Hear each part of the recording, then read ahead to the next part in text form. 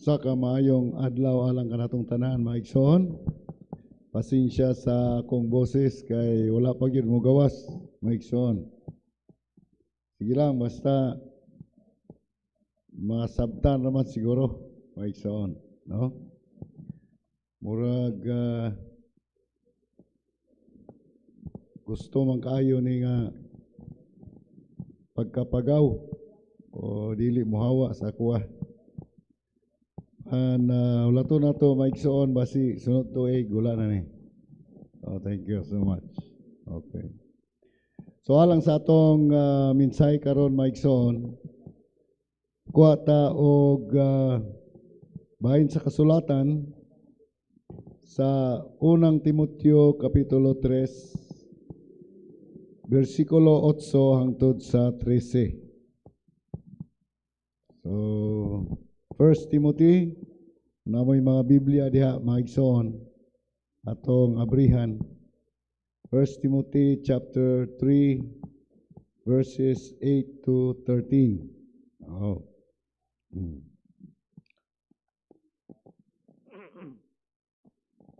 So napo diri sa screen maigsoon, kita nato sa versikulo 8 ingon man usab ang mga diakono kinahanglan magmaugdang, dili duhag sinultihan, dili tiginom og daghang bino, dili maikag sa pagpanapi, pinagi glimbong. Versikulo 9, kinahanglan magabaton sila sa tinago, sa pagtuo, uban sa maputli nga kaisipan. Versikulo 10, o kinahanglan nga sila usab pagasulayan una, unya ugaling kon masuta man nga sila dili masaway, naan paalagara sila ingon nga mga diakono. Versikulo 11, ang mga babae usab kinahanglan magmaugdang, dili mga tigdaot og dungog sa uban, kung dili mga mapugnanon sa kaugalingon o kasaligan sa tanang mga butang.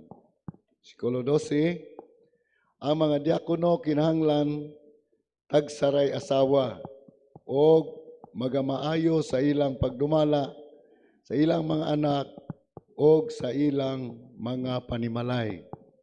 Versikulo 13, tapusan, kay sila nga magamaayo sa ilang pag-alagad, ingon nga mga diakono makapanag-iya sa maayong tikanganan alang sa ilang kaugalingon o sa dakong pagsalig diha sa pagtuo nga na diha kang Kristo Jesus.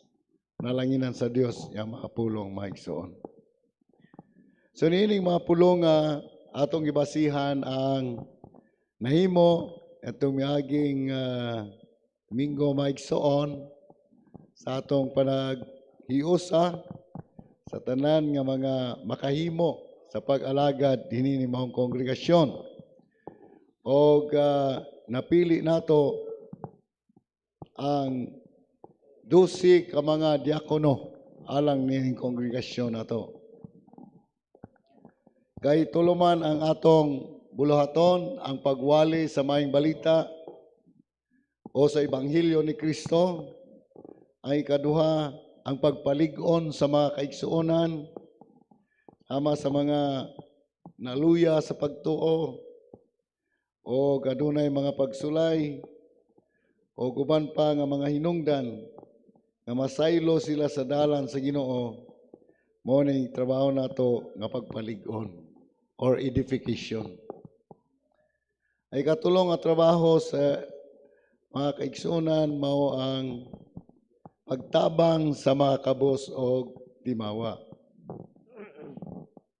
Muna yung gitawag og benevolence, maigsoon. So ang pagtabang sa mga nagkinahanglan og tambal, kinahanglan og pagkaon, nagkinahanglan og biste, o uban pa sa atong mga kaigsuonan o mga katawhan nga atong mga kapamilya o uban pa maigsoon. So mo ni tulo ka trabaho o kining tulo ka trabaho maigsoon gipangunaw usab sa tulo ka mga obispo kon elder. Mga obispo nga mo'y mga tigulang, mga hamtong na sa atong kongregasyon, atong napili ang tulo ka mga ansyano kon obispo. Una, ako maigsuon alang sa pagwali sa Ebanghelyo ni Kristo o sa evangelization nga trabaho, ay kaduha si Igsoon Bernabe Doki alang sa pagtabang sa mga nanginahanglan o pagtabang sa ilang pagkinabuhi sama sa pagkaon, sa tambal o guban pa. Muna gitawag ko benevolence si Igsoon Bernabe Doki. O sa pagpalig-on sa mga kaigsuonan o kanang trabaho aron tanan kita dili masalaag sa dalan sa Ginoo, mao edification o pagpalig-on sa mga kaigsuonan. Ang obispo nga napili maigsoon si Igsoon Dines Sirira. So tulo ka obispo sa tulo ka trabaho. Og dunay tag-upat ka mga diakono nga naa sa ilalong sa trabaho niining tulo ka obispo. Sa trabaho sa pagwali sa maayong balita kung pasulod sa mga tao nga wala pa sa gingarian sa Ginoo, muna evangelization.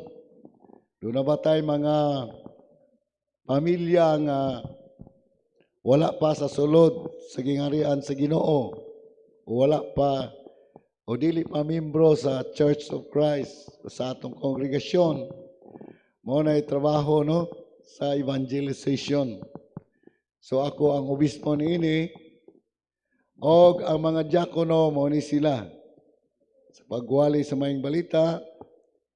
Si Igsoon Easter Anniversaryo niya siya ganang buntag maigsoon. Si Igsoon Rinante Patitig. Ikatulo si Igsoon Dan Malugaw o ikaupat si Lemuel Glenn. Ang among ikaduhang bata, no? Si Lemuel, atong song leader. Diakono usab siya sa pagwali sa maayong balita. Sa ikaduha nga trabaho, ubos ni Igsoon Dines Sirira ang mga diakono alang sa pagpalig-on sa mga kaigsuonan. O si Ezekiel Glenn, kung naghatag og Bible study kaniya, mo ikatulo nga bata. Ikaduha si Igsoon Jimboy Apog. Ikatulo mo si Romel Glenn. Okay? O ikaupat si Igsoon Brian Custodio. So sila ang mga diakono nga napili alang sa bulaton sa pagpalig-on. Alang sa pagtabang sa mga nagkinahanglan o sa mga panginahanglanon, ang mga diakono ubos ni Igsoon Bernabe Doki, ang obispo o ansyano, o si Bethuel Glenn, ang among unang anak, si Balong. Ikaduha si Igsoon Antonio Maribong. Okay? Siya usab usa ka napili nga diakono. Ikatulo si Igsoon Ervin Soriano, diakono alang sa mga pagtabang. O gingon man si Igsoon Jester Manatan. Sila ang mga diakono alang sa bulaton sa pagtan-aw sa mga nagkinahanglan nga mga kaigsuonan, sa ilang kalisod, sa ilang kapitos, na ba sila yung mga sakit, na ba sila yung mga panginahanglan. So mao na ang usa ka trabaho. So karon maigsoon atong tan-awon ang mga bersikulo sumala sa atong nabasa nga ang usa ka diakono kinahanglan dili duhag sinultihan. Buot pasabot maigsoon nga kung siya mo istorya tinuod gayud og dili tiaw-tiaw. So mo na maigsoon. Mo na ang mga diakono og siya dili palainom og bino. Okay. So kini buot pasabot maigsoon nga dili sila palahubog og dili maikag sa pagpanapi pinagi sa limbong. So dili malimbongon, maigsoon, walay mga diakono. Versikulo 9, maigsoon, atong pagbasahon. Kinahanglan magbaton sila og tinago nga pagtuo ban sa maputli nga kaisipan. So walay sagol nga binuang kung dili matinud-anon sa pagtuo nga nagasunod sa Ginoo.